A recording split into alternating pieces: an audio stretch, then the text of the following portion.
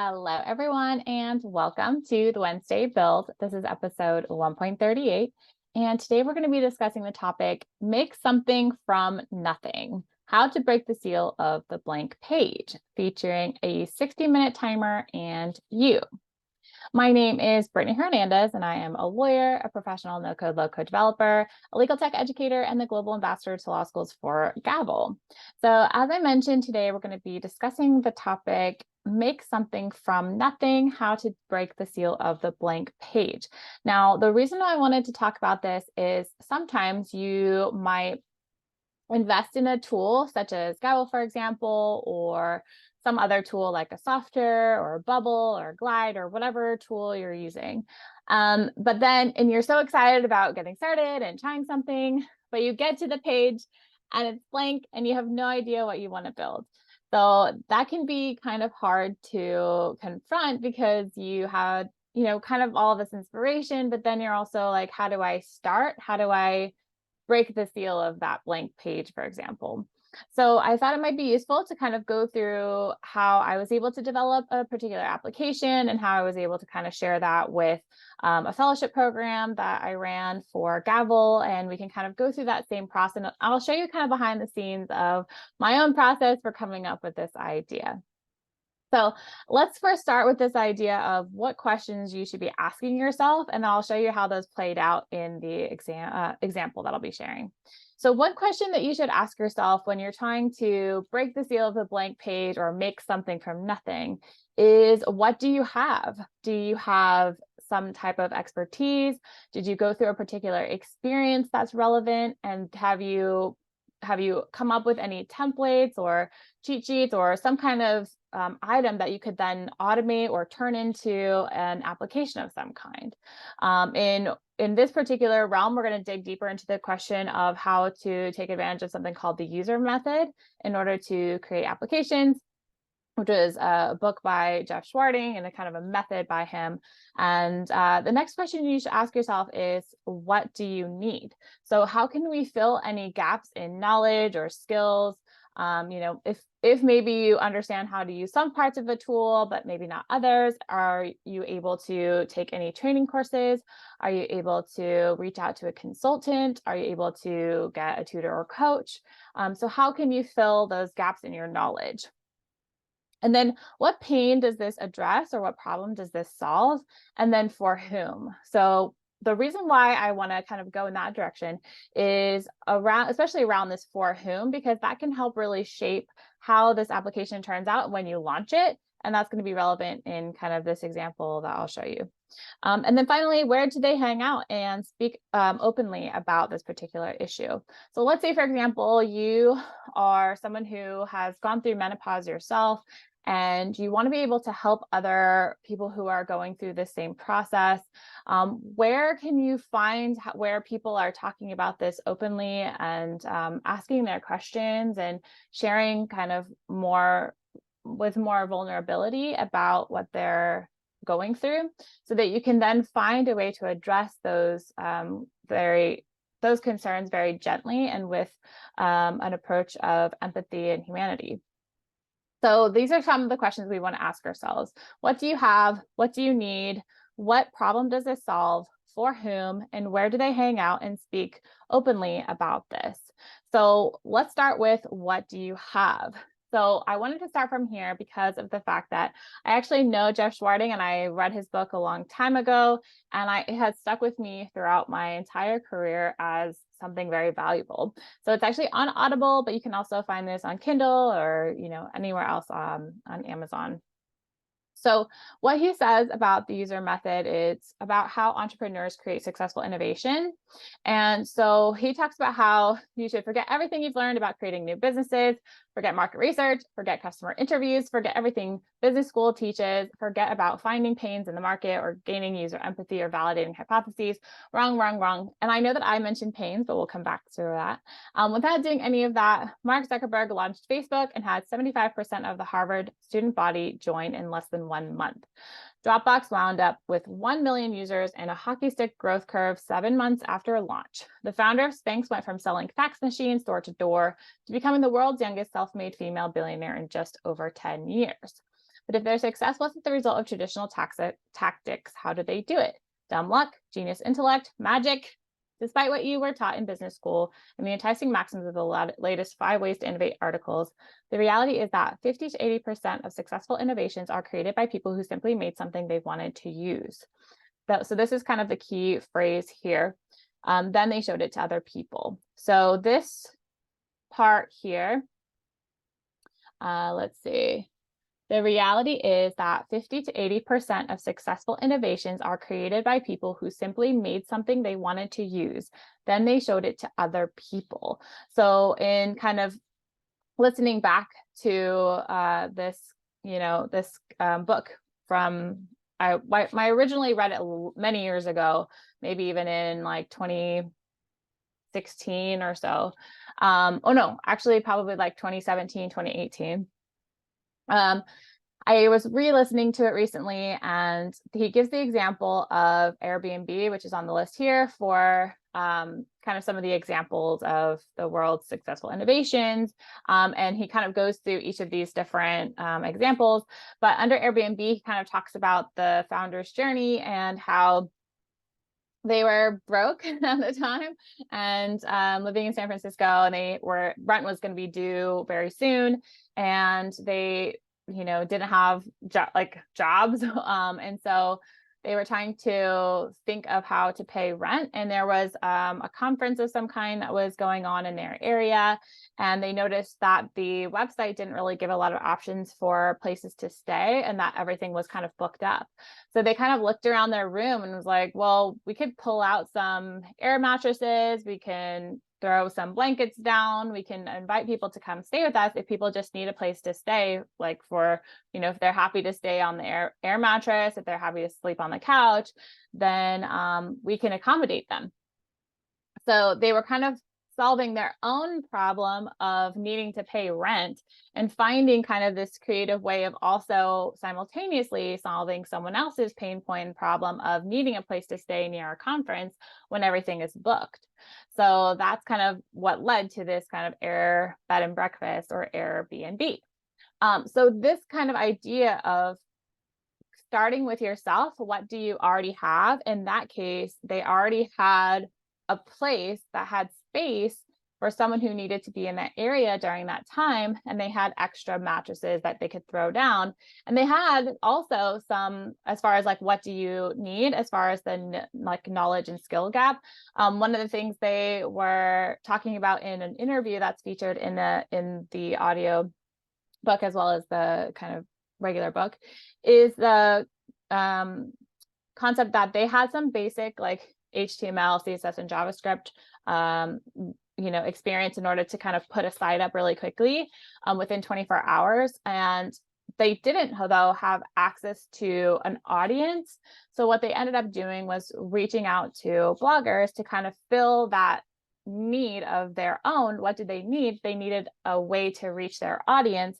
So they reached out to bloggers and partners who already had an audience that they could tap into, so that they then were able to ask this next question. So what does this solve for them? So in the case of Airbnb, as I mentioned, for themselves, it solves for the user method their own problem of needing money to pay rent, and they had space available. And then they just needed to bridge the gap between what they had and what other people needed, which was a place to stay during the conference for a short period of time. So it was a weekend air bed and breakfast.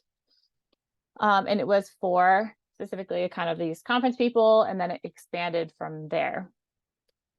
So that's kind of one example of this idea of the user method and how we can kind of incorporate this into our thinking about how we can utilize technology in order to create our own applications and develop our own similar types of applications. So for this, we'll also go into, like I mentioned, one of the things that I kind of went through. So I'll show you my process here, which is the idea of when I was teaching the Law Students in Legal Tech Access to Justice Fellowship, I wanted to help them go from knowing nothing about how to develop with no code or low code applications or easy to use applications like a Gavel, for example, all the way to having their own personal website, their own interactive resume. I wanted them to have a fully built out portfolio that they could share with potential employers to showcase their abilities to automate and develop applications and their own ideas as well using technology. So one of the things that I wanted to do was to show them the process of creating an application that's original, all the way kind of from beginning to end, so that they could actually then take from that and learn from that experience and go through the process of creating their own for the hackathon competition. So I had to actually go through this process myself in order to be able to teach it to them. So this is kind of that process, which is I was just thinking I need to come up with something that demonstrates certain aspects of the platform, but I also need to demonstrate the process of coming up with an idea. So when we're starting from a blank page, it can be really hard to figure out where to start. So what I did was I actually started with kind of answering a different question, which was kind of the for whom first, because that allowed me to figure out my dates for the actual fellowship so that I could kind of then mold my application around this particular need and context. So for this one, I wanted it to be not during their first term as law students. So in my particular case, the for whom was law students who wanted to participate in a fellowship program that would teach them how to harness the power of legal tech, and then also teach them how to create their own applications to compete in a hackathon. So that was my kind of for whom. And because I knew who I was building this for and in the context, I was able to think about what they're going through and when. So I was thinking my broadest audience, because Gavel's more well known, let's say in the US, because they started there, and a lot of their client base is there, that I would likely have the biggest amount of people in the pool be taking exams around the same time, starting school around the same time, because they were in the US. So I picked a school. Actually, I chose my school, my alma mater of California Western School of Law. And I broke down and just saw, like, when does their class start for the fall term? When do classes start for the spring term? When do classes start for the summer term? And so on, to kind of think about when are their exams? Can we work around them?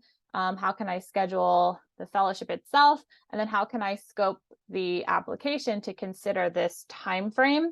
So I kind of started with who my target audience was, what their kind of needs and timelines would be, so that I could scope my project really tightly down, not only the overarching kind of 7-part framework and program that I created, but also to be able to cut that into pieces to see, like, how much time do I actually have to build the application with them, because I wanted to go through a couple of different ones and also have them build their personal websites as well. So I needed to consider, how big can we make this? Do we want to make one application throughout the whole program, or do we want to make 3 or 4 throughout the whole program, so I can actually only do this one within a week, for example? So that's kind of the thinking behind who is my audience, what do they need, and kind of thinking about that. So then that's kind of the overarching umbrella program for the application in my context of thinking, and not necessarily the target audience of the application that we actually built. But it helped me to know that I'm kind of having 2 layers of audiences here. I have the audience of the students and the fellows who are in the program, and then I also have the end users of the actual application that I would be building with them to show them how to build. So you can see that you have this sort of multi-layer aspect to my particular process, but it helped me to know what my timeline was with them in order to see kind of how big I could actually make this particular app.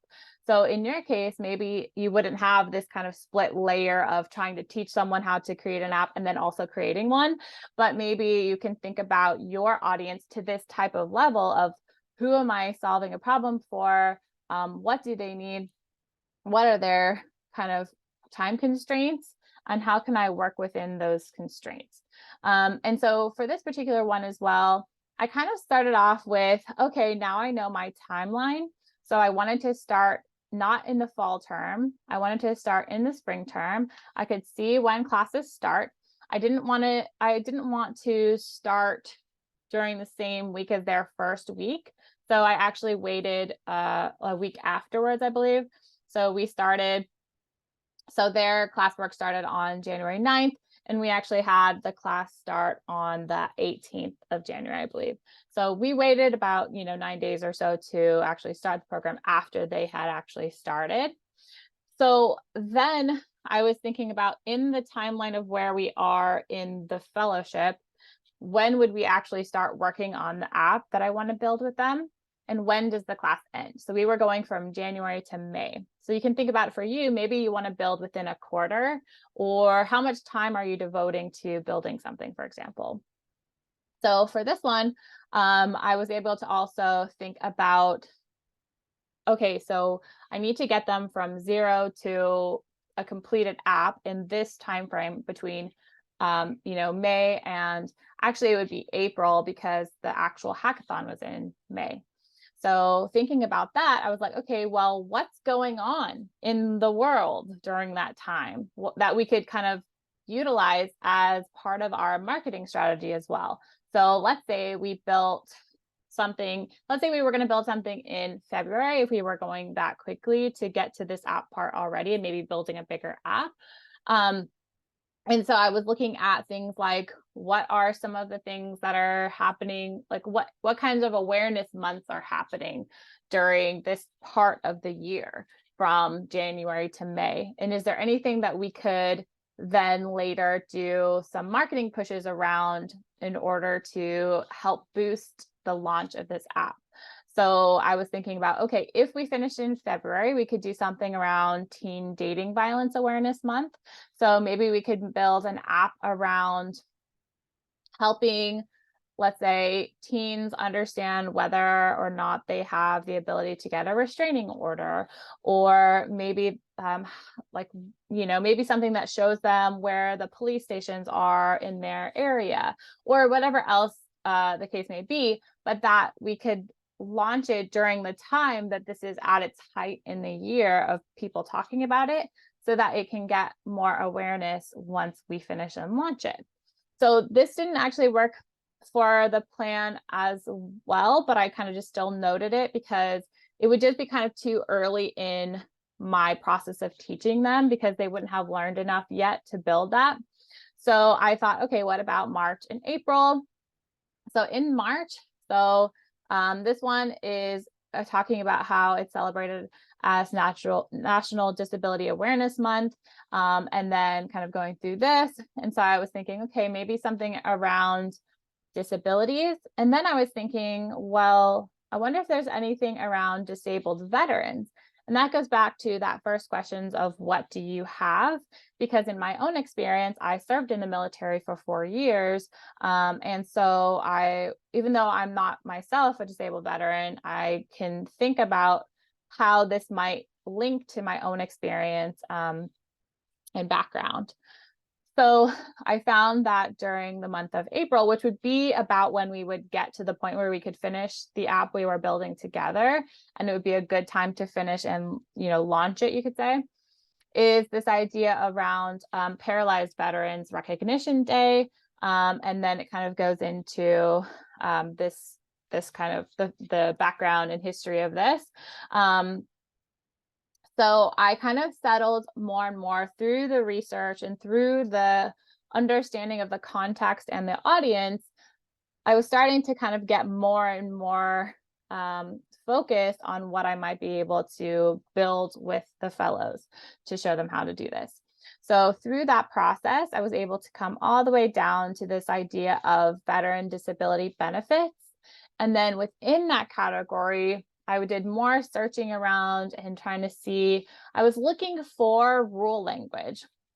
So maybe in your case, you already have an idea and maybe you need to answer the question of what do you need, which could be a skill gap problem of like, I have the idea, but I don't know how to use the tool. That could be a slightly different problem than the answer to what do you have. So maybe if you don't have any templates, but you want to build something because you are earlier in your career where you haven't built up a template library for you to automate, you might consider your experience, your research, your expertise as far as what you've built up in your interest.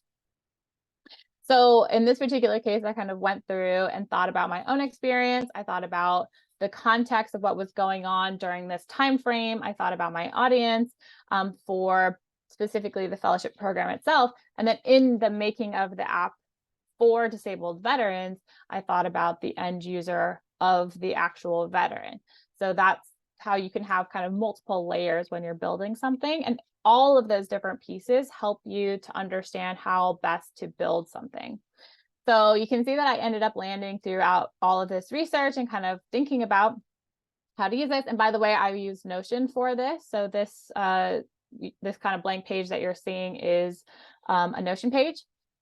And so I kind of went through and thought about, okay, under the umbrella of veteran disability benefits, do they have something? And I kind of just went through to see what they had.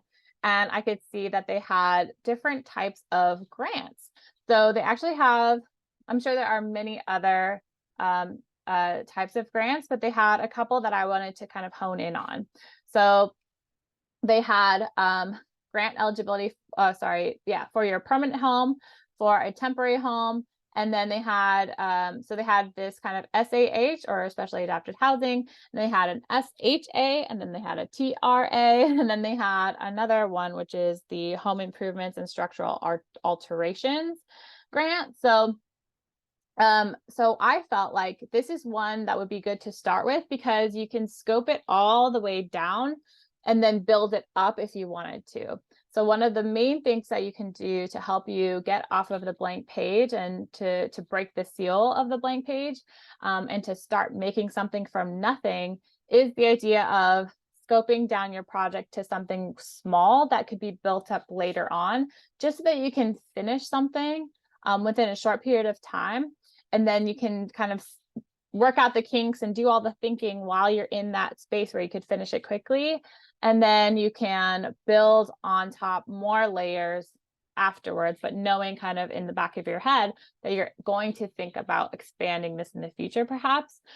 So for example, in this particular case, even though we could have had the app start out being something that tells you whether you're eligible for the SAH or the SHA or the TRA or the HISA or some other types, we just wanted to pick one and scope it to something that you could build within a 60-minute window.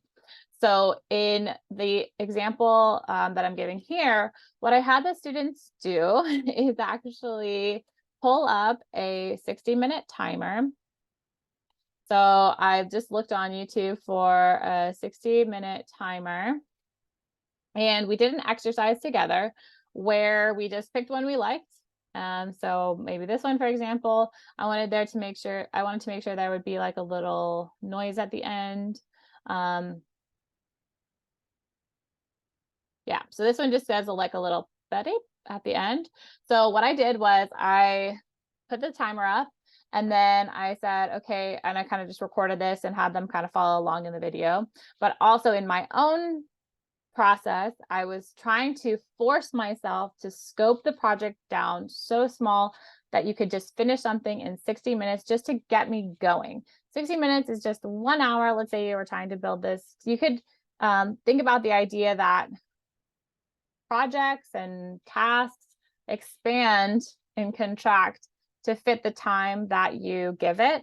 So the idea that I put a timer on and said, we're going to just build an entire application within 60 minutes with the timer running was actually also including the research and the build.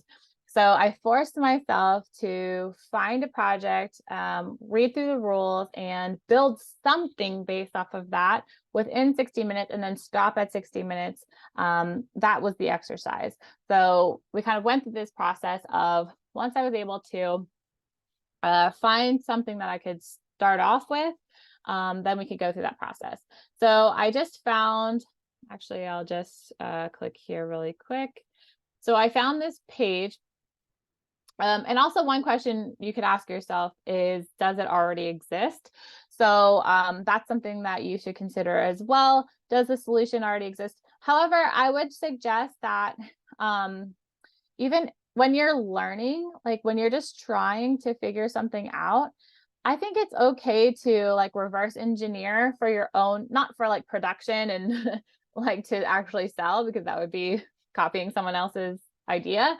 But the idea that you are able to just play with how you might build something like that will give you some skills and knowledge of how to build that could help you in the future. So in this particular case, when we ask the question, like, does a solution already exist? In the case of disability benefits for, grants and housing benefits for disabled veterans, they already have the process to apply for the grant online. But the only solution they have right now for helping someone determine whether they're eligible for something is this page, where it's just a bunch of rules. And I think it could be simplified and made faster and help somebody determine faster and more accurately whether they qualify for something if we automated it. So, you know, somebody could read this and they could probably figure out whether they're eligible just by reading it. But I think that you could also turn this into something where you have the person just kind of, and let me just pull up an example here, where you could just have the person answer one question and maybe two or three at tops to find out the answer. So this is kind of one example of how you might do this. So in this particular case, I'm able to take the rule language that was on the website and turn that into a logic flow that considers the different outcomes and turns it into, so I'm just gonna, in this particular case, since it's gonna answer you like right away, if you said none of the above, for example, it's going to kick you out. Or like in this particular case, I have it existing somewhere within a modal, so I wanted to not particularly kick them out, allow them to continue to the end. However, if you were going to do this that way, in either case, they're getting their answer quickly. So let's say they choose something else. They're going to have two more questions. Will you be using the money for these reasons? If they say yes, they're going to get one last question, which is, do you own or will you own the home? If they say no, then they're going to see sorry. If they say yes and then no, they're going to see sorry. If they say yes and yes, then they're going to see you may be eligible. And this is serving particularly as a lead generation tool that allows someone to go ahead and automatically book a time with the law firm, for example, in order to help with the application. So that's one way that you could do this. Now, as I mentioned, so this is, to me, a little bit more interactive, more useful, and more user-friendly than just a page of text. So like I said, even if somebody can find their answer and a solution exists, maybe you can make a better one that also serves multiple purposes. So for example, in this case, not only does it serve to actually answer their question of whether they might be eligible for this particular grant, but it also can serve as a lead generation tool for your business to have people who want to apply for that particular grant actually come to you for help. So that's one thing you can consider here. So in my case, I was looking at this and looking for rule language that I could then take and turn into logic. In the case of the Specially Adapted Housing Grant, I could see that it says, if you're using the money to buy, build, or change your permanent home, which is a home you plan to live in for a long time, and you meet both of these requirements, where both of these must be true, you own or will own the home, and you have a qualifying service-connected disability, then you have this kind of what's included in a service-connected disability. And then you have these options, and then it has like a couple of notes, and then it goes into the next one, and then it goes into the next type of grant, and so on. And then you can kind of see around this what other options are available. However, what you can see is that we can turn this into a small 1 second, 1 minute application where somebody can just say, yes, no, none of the above, one of these, and so on, and get their answer very quickly. Or we can expand this application to encompass anything that crosses over for these other types of grants as well. And then if you were an expert in this particular field, you could expand that even further into any kind of alternative options, considering, what else is out there. If they have other types of more general grants, that would still apply in this particular situation, and so on. But for the purpose of just getting into the build, just kind of getting past the blank page and just kind of starting some type of project, one thing you can consider is scoping your project down small enough to where you can just get it done with your 60-minute timer on. Just run through an exercise of finding a subject matter, turning this into an application in 60 minutes. And then from there, you're just turning the juices on. You're just trying to say, like, let's just dive in. And if nothing comes out of this that I could actually use, that as far as like an app that I could launch or something, and that's not really the point. You're just building a minimum viable product right now.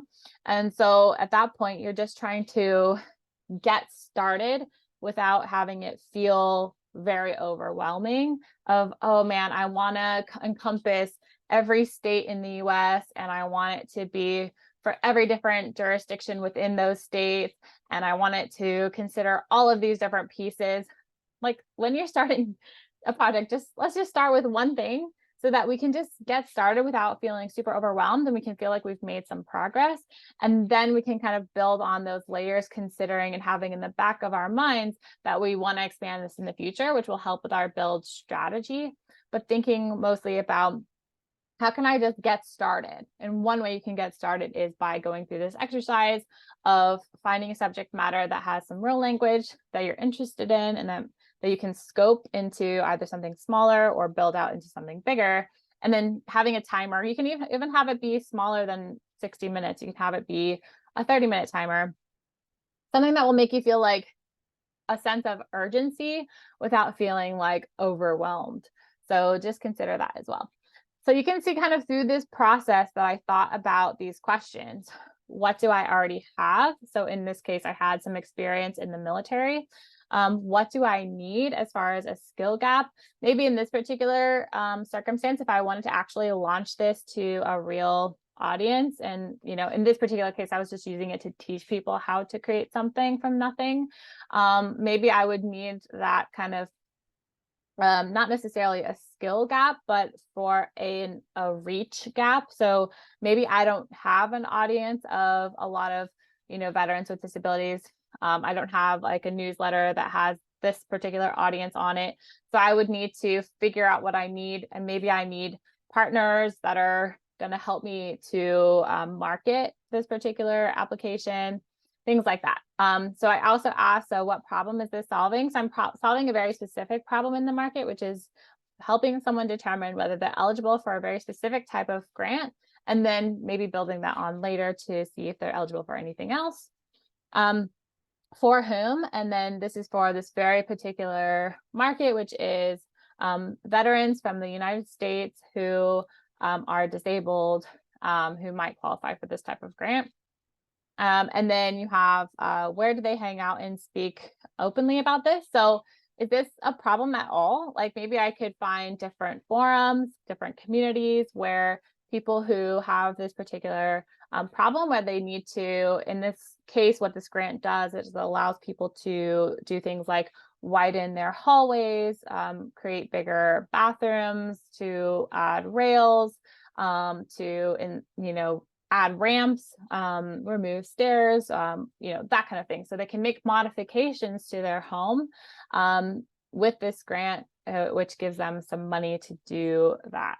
And then you can see that it's doing this in these different categories of if this is your permanent home, if this is a temporary home, and so on. So that's kind of how this process goes when you're just trying to, or one way that you could have this process go if you're trying to figure out how to do something from scratch.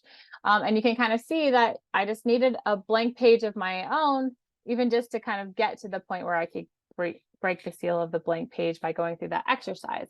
So one thing I would recommend is to just take a moment to read through the user method. It's not super long. I can't remember. It's just 2 hours and 38 minutes if you're listening to it. So it's quite short. I had some really great examples. And two other recommendations I would have. If you have masterclass, there's a really great masterclass. Let me just log in really quickly and share with you one I highly recommend, which is one of the, let me just see. Give me 1 second.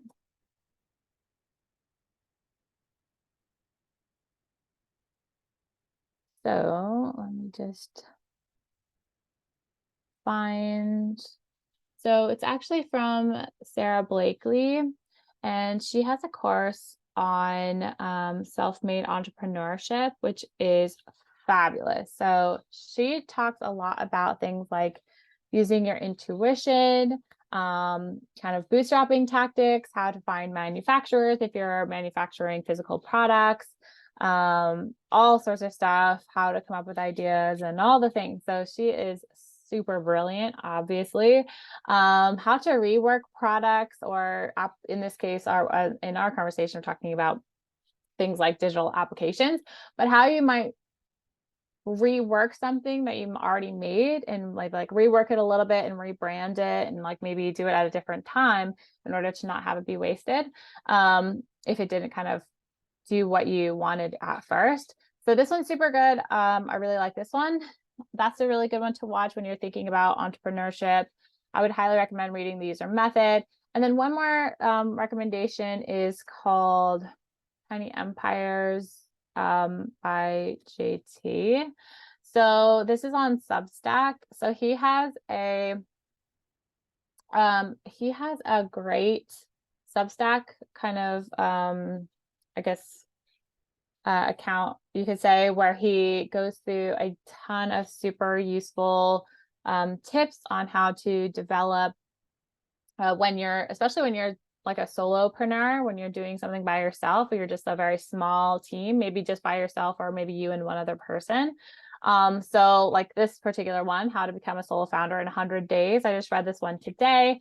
It's from just 6 hours ago from the time of this recording, and it's really, really interesting. There's another one I highly recommend, which is guide number 11. So this one, which is how to come up with the best startup ideas. This one's really quite good. So I would recommend that you read through this one. I really liked this one from reading this, which is Sell Painkillers, Not Vitamins, which is actually the second time I've heard this in the past week and a half, which is the idea that when you have, so it says like, let me just find things that are causing people like genuine pain, but there's something else in here that has, in an economic downturn, nice to haves are the first to go. So he kind of compares like in contrast like painkillers and vitamins, and how vitamins are like nice to have when you have like extra money and you can, but if you have like physical pain, a painkiller is going to be like much more important and you'd rather spend your money on that. So he really talks about like finding ideas that are painkillers, not vitamins, and then and kind of go through like kind of make money, put on like looking around into the world to find ideas and so on. So I highly recommend reading through Tiny Empires. His newsletter has these and like kind of leads to these guides, as well as provides kind of other things as well. And he has something called No Code Founders. So this is a community where you can join the Slack community as well and kind of get ideas from other people and kind of get a lot of tips from JT himself. So highly recommend a couple of things here: the user method, Sarah Blakely's masterclass, No Code Founders, and the Tiny Empires Substack. So I hope today's kind of conversation was useful. just going to wrap us up. If you have any questions, feel free to reach out to me. I'm happy to connect with you. I'll give you some information on how you can reach me in a second. But just a few announcements. This has been an episode of the Wednesday Build, which has new episodes live every Wednesday. I also have Code Word Hex out every Tuesday with a new issue, which is a lot more technical. So we go into how to actually build something, let's say something, we're trying to like solve some specific problem. So it's usually something around Gavel or Zapier or Softer, Clio and Airtable and some of the other tools I like to use.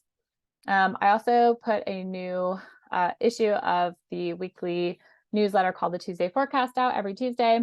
And I have courses in Gavel that are certification courses at the basic, silver, and gold level, as well as gold test out if you already have some experience in the platform. And then I also have courses in Software and Airtable, Go Fill Page, and more. You can join our community by joining any of these other courses, and you can just check all of these out at chromeacademy.com. And then you can also join the Gavel community, which has a very active and helpful Slack group. So thank you so much for those of you that are with me live and for those of you that are on the recording, hello. So we're going to meet again next Wednesday, 27th of September at 10 a.m. Pacific time. And we're going to talk about a process of continuous improvement, assigning yourself homework on a schedule as a no-code developer.